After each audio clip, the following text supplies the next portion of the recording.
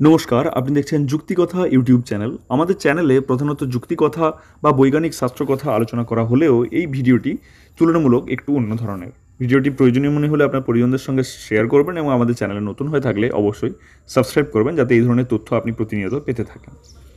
গোলাপ ফুলের কিছু উপায় বা টোটকা আছে যেগুলি মেনে চললে নেমে আসতে পারে ধনদেবীর আশীর্বাদ। সম্পদের দেবী লক্ষ্মী গোলাপ ফুল খুবই পছন্দ করেন। এছাড়াও হনুমানজিকে গোলাপ ফুল নিবেদন করা হয়। কিভাবে করবেন?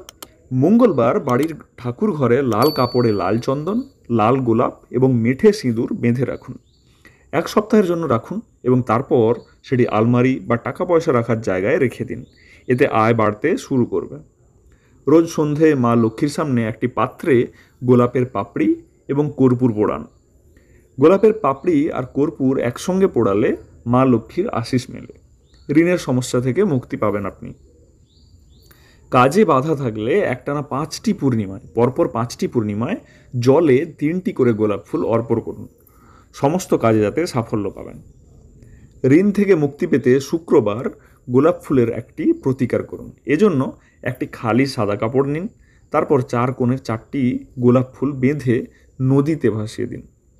একটানা 11টি মঙ্গলবার হনুমানজিকে 11টি করে গোলাপ ফুল নিবেদন করুন। তাতে তিনি প্রসন্ন হবেন এবং আপনার মনের সকল বাসনা পূর্ণ করবেন।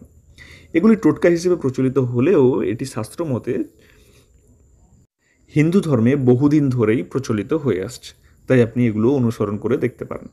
ভিডিওটি প্রয়োজনীয় মনে হলে আমাদের চ্যানেলকে সাবস্ক্রাইব অবশ্যই করবেন, কারণ এই ধরনের ভিডিও আমরা প্রতিনিয়ত আপলোড করি, এবং এই ভিডিওটিকে শেয়ার করে আপনার পরিজনদেরকেও জানিয়ে দেবেন। দেখা হচ্ছে পরের ভিডিওতে। ধন্যবাদ।